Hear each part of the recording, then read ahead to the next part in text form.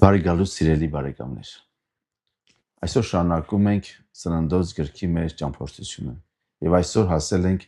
46 եւ 47 գլուխները։ 46 գլուխը, երբ Հովսեփի եղբայրները վերադարձան Քանան եւ պատմեցին, որ Հովսեփը կենդանի է եւ Եգիպտոսի կառավարիչն է։ Նրանց հայրը Հակոբը սկզբում չէր հավատում։ Բայց երբ տեսավ այն կարգերը, որոնք Հովսեփը ուղարկել էր իր հոր համար, նրա սիրտը կենդանացավ։ Հակոբը պատրաստվեց գնալ Եգիպտոս իր ամբողջ ընտանիքով։ Ճանապարհին նա կանգ առավ Բերսաբեում եւ զոհ մատուցեց Աստծուն։ Այդ գիշեր Աստված խոսեց նրան տեսիլքով եւ ասեց. Հակոբ,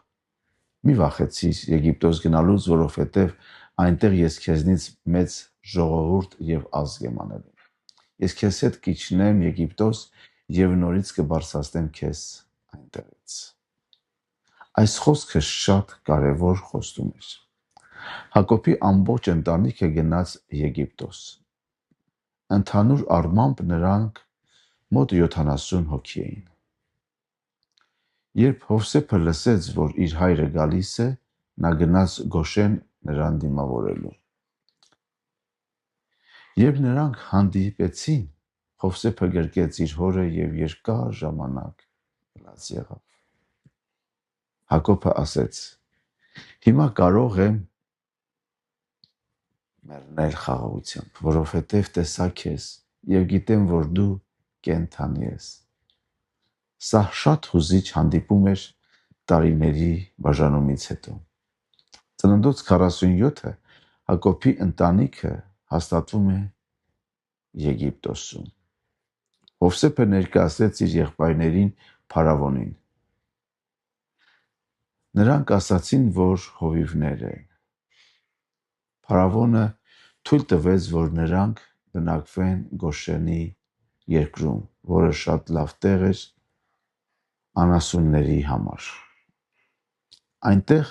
Հակոբի ընտանիքը սկսեց աճել եւ բազմանալ։ Հետո Հովսեփը ներկայացրեց իր հորը Հակոբին Փարավոնին։ Եվ այստեղ տեղի ունեցավ մի հետաքրքիր բան։ Հակոբը օրհնեց Փարավոնին, այսինքն մի ծեր հովիվ օրհնում է աշխարհի ամենահզոր թագավորներից մեկին։ Սա ցույց է տալիս, որ Աստծո օրհնությունը ավելի մեծ է, քան աշխարհի իշխանությունը։ Սովը շատ ծանր էր ամբողջ երկրում։ Մարդիկ գալիս էին Հովսեփի մոտ հաց գնելու։ Ժամանակի ընթացքում մարդիկ իրենց փողը, հետո իրենց անասունները եւ վերջում նույնիսկ իրենց հողերը տվեցին, որպեսզի կարողանան սնունդ ստանալ։ Այսպես ամբողջ երկիրը անցավ Փարավոնի իշխանության տակ, բայց Հովսեփը ապահովեց, որ իր ընտանիքը լավ ապրի Գոշենի երկրում։ Հակոբը ապրեց Եգիպտոսում եւս 17 տարի։ Երբ նա զգաց, որ իր կյանքի վերջը մոտ է, նա կանչեց Հովսեփին եւ ասեց. Մի թաղիր ինձ Եգիպտոսում, երբ մեռնեմ ինձ տար Քանան եւ թաղիր իմ հայրերի մոտ։ Հովսեփը խոստացավ կատարել նրա ցանկությունը։ Այս գլուխներում նույնպես շատ խոր կերպով երևում է Քրիստոսի կերպարը։ Հովսեփը որպես մարդկանց հաստվող, իրանց կյանքի համար հաստվող, սովի ժամանակ ամբողջ աշխարհը գալիս էր Հովսեփի մոտ հաց ստանալու համար։ Նույնպես ամբողջ աշխարհը գալիս է Հիսուսի մոտ հոգևոր կյանքի հաց։ Հիսուսը ասեց Հովաննես ավետարան 6:35-ում, որ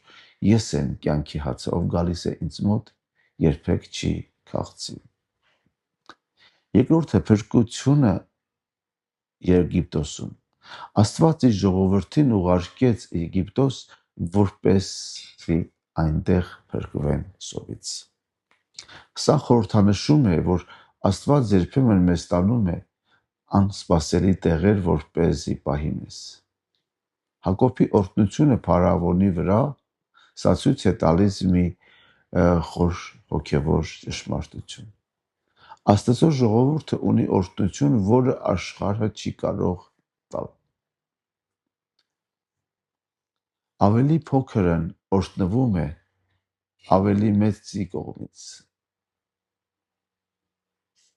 Եբրայեցիների 7:7-ը ասում է, որ այս պատմությունը մեզ սովորեցնում է 3 կարևոր բան։ Առաջինը Աստված առաջնորդում է նույնիսկ երկար ճանապարհներով։ Հակոբը երկար տարիներ անց վերջապես տեսավ Աստծո խոստումների իրականացումը։ Երկրորդը Աստված ունի փրկության ծրագիր, նույնիսկ սովի մեջ Աստված արդեն պատրաստել էր փրկությունը Հովսեփի միջոցով։ Աստծո օրհնությունը ավելի մեծ է, քան աշխարհի իշխանությունը։ Դուք ինչպես եք տեսնում Հիսուս Քրիստոսին այս գլուխներում։ Գրեք մեկնաբանություններում ձեր մտքերը։ Եթե այս ուսուցումները օրհնություն են ձեզ համար, կիսվեք ձեր ընկերների հետ եւ բաժանորդագրվեք, որպեսզի շարունակենք միասին մեր ճամփորդությունը ծննդոցից մինչև հայտնություն։ Աստված օրհնի ձեզ սիրելիներ եւ ձեր ընտանիքները։ Ավարտենք աղոթքով։ Տեր Հիսուս Քրիստոս, շնորհակալ ենք քո խոսքի համար, շնորհակալ ենք, որ դու ես կյանքի հացը։ Օգնիր մեզ գալ քեզ մոտ ամեն օր եւ գտնել կյանք, ուժ եւ առաջնորդություն քո մեջ։ Բացիր մեր աչքերը, որպեսզի տեսնենք